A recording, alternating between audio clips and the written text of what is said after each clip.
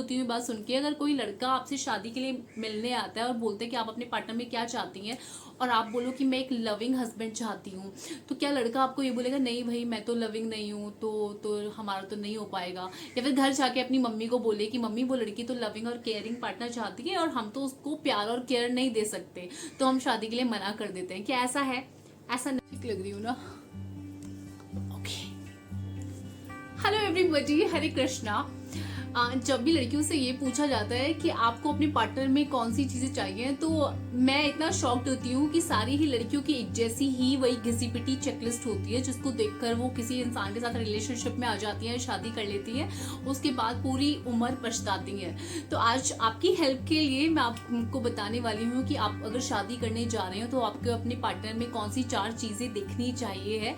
अगर ये 4 चीजें आपके पार्टनर में है ना, तो I am like so sure कि आप बहुत खुश रहने वाले हो अपने मैरिड रिलेशनशिप में, राइट? तो फटाफट से वीडियो में आगे बढ़ते हैं। सी मैं जितनी भी लड़कियों से बात करती हूँ और जब मैं उनसे पूछती हूँ कि आपको कैसा पार्टनर चाहिए, तो वो बोलती है ही should B handsome, he should B loving, he should B caring. वही घिसी पिटी 4 चेकलिस्ट है उनकी। और आप मुझे ये बताओ, मतलब मैं इतना सरप्राइज होती हूँ बात सुन के। अगर कोई लड़का आपसे शादी के लिए मिलने आता है और बोलते हैं कि आप अपने पार्टनर में क्या चाहती हैं, और आप बोलो कि मैं एक लविंग हस्बैंड चाहती हूँ, तो क्या लड़का आपको ये बोलेगा नहीं भाई मैं तो लविंग नहीं हूँ, तो हमारा तो नहीं हो पाएगा? या फिर घर जाके अपनी मम्मी को बोले कि मम्मी वो लड़की तो लविंग और केयरिंग पार्टनर चाहती है और हम तो उसको प्यार और केयर नहीं दे सकते, तो हम शादी के लिए मना कर देते हैं। क्या ऐसा है?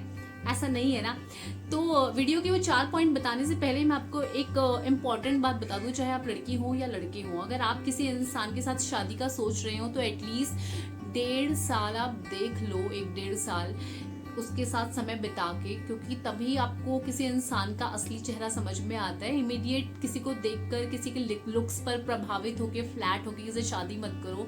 बहुत सी लड़कियां कहती है कि भाई बड़ा हैंडसम लड़का चाहिए, वो लड़का चाहे बंदर जैसी शक्ल का भी होना, पर उसमें सारी चीजें हो जो मैं आगे बताने वाली हूँ, तो आप आंख बंद करके शादी कर लो, क्योंकि आपको उसकी शक्ल को सारी उम्र चाटना नहीं है, राइट? सिर्फ शक्ल से रिश्ते नहीं चलते हैं। ओके, तो I am your life coach, health and wellness coach, relationship counsellor. मेरा नाम है sister Aarti, and without further delay फटाफट से शुरू करते हैं। Point number 1, he should be competitive.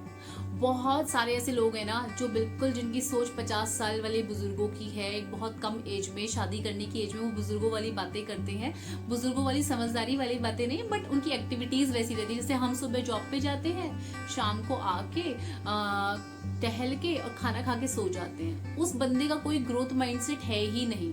आप देख लो, that person should be competitive, right? वो चैंपियन हो भाई, उसको लगता है आज मैं यहाँ हूँ, कल मैं खुद को कहाँ देखता हूँ। तो एक ग्रोथ माइंडसेट इंसान का होना चाहिए, जो लगातार अपने ऊपर काम करना चाहे, चैंपियन होना चाहिए, प्रो पर्सन होना चाहिए, जो कुछ करे, कुछ अचीव करे, उसके लिए आज की अचीवमेंट द एंड ना हो। ऐसे इंसान के साथ अगर आप रिलेशनशिप में रहते हैं तो आप और आपकी आने वाली पीढ़ी दोनों को ही बहुत कुछ सीखने को मिलेगा। साथ ही साथ हमेशा आप अपने पार्टनर पर प्राउड फील कर पाएंगे, जो कि एक फीमेल के लिए बहुत ज्यादा जरूरी है। पॉइंट नंबर 2 जो मेरे लिए बहुत इंपॉर्टेंट है, that is the person should B gentleman. इंसान के अंदर ना एक सलीका होना चाहिए, फीमेल से बात करने का एक तहजीब होनी चाहिए, एक नज़ाकत होनी चाहिए, सोफिस्टिकेशन होना चाहिए, राइट? मैंने बहुत सारे लोगों को देखा है जो फीमेल से चीख चिल्ला के बात कर देंगे, गाली गलौज कर देंगे, 4 लोगों में इंसल्ट कर देंगे, तो वो नहीं होना चाहिए। और ये चीज़ एक दिन के करने से नहीं होती है, वो इंसान की अपब्रिंगिंग के साथ उसके अंदर आता है। तो जो इंसान सॉफ्टली बात करे, जेंटली बात करे, सोफिस्टिकेशन के साथ बात करे, एक फीमेल को रिस्पेक्ट करके बात करे, वो इंसान के साथ अगर आप रहोगे तो आप हमेशा खुद को ब्लेस्ड फील करोगे। That person should B full of life. एक बोरिंग और रिजिड इंसान के साथ शादी करके आप लाइफ में ना वो हैप्पीनेस को नहीं अचीव कर सकते। वो इंसान ऐसा ना हो ये तो हमने कभी ट्राई नहीं किया, हम तो यहाँ नहीं जाते, हम तो ये नहीं खाते, हम तो वो नहीं करते। नहीं, वो person should be open minded, right?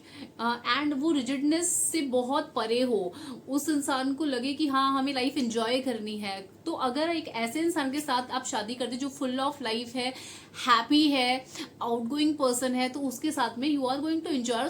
इंसान के साथ में ना आप बोर नहीं होगे कभी भी। और एक फीमेल के लिए बहुत इंपॉर्टेंट है कि वो अपने पार्टनर के साथ कभी बोर ना हो, राइट? तो the person should B full of life, it is very important. And point number 4 जो कि काफी इंपॉर्टेंट है, दैट इज बोल्डनेस। आपके पार्टनर में बोल्डनेस होनी चाहिए। Like mama's boy, papa's boy, ये सिर्फ कहने में अच्छा लगता है। मुझे लगता है स्कूल के बच्चों के लिए इतना बहुत है, मम्माज बॉय और पापाज बॉय। जब आप शादी की आपकी एज आ जाए तो आप अपने लिए सेल्फ डिसीजन मेकर तो एटलीस्ट हो, आप अपने डिसीजन खुद से ले सको इंडिपेंडेंटली। उतनी मेच्योरिटी, उतनी फ्रिमनेस आपके अंदर होनी चाहिए, right. It should not be like that, अरे मम्मी से पूछूंगा, पापा से पूछूंगा। क्योंकि शादी से पहले आप उनके मम्मी पापा को तो नहीं डेट कर रहे हैं ना, आपको उनका माइंडसेट नहीं पता है। आप अपने पति को अपनी बात समझा सकते हैं और आपका पति आपको समझा सकते हैं, आप लोग मिलकर एक डिसीजन पे आ सकते हैं, राइट। और उन चीजों के लिए, छोटी छोटी चीजों के लिए अगर आप किसी और पर डिपेंड है, लाइक बड़ों से आप राय ले लीजिए, उनके सजेशंस आर इम्पॉर्टेंट, या उनको बता दीजिए, उनकी नॉलेज में चीज होना इज फाइन। बट हर सारे डिसीजन हम मम्मी पापा से पूछ के ही लेंगे, नहीं तो हम जिंदगी में कुछ नहीं कर पाएंगे। ऐसा इंसान एक्चुअल में लाइफ में कुछ नहीं कर पाएगा। तो person should be bold enough. And these are the 4 points जो आपको हमेशा ध्यान में रखना चाहिए है। वेरी इंपॉर्टेंट, एक टाइम स्पेंड करके, एक क्वालिटी टाइम स्पेंड करके शादी के डिसीजन पर आइए। एंड काफ़ी जल्दबाजी मत कीजिए, क्योंकि शुरू में हर इंसान दुनिया का आपको बहुत अच्छा बन के दिखा सकता है, कोई भी दिखा सकता है, राइट। एंड वीडियो पसंद आया तो do like, share and subscribe my channel. Hare Krishna.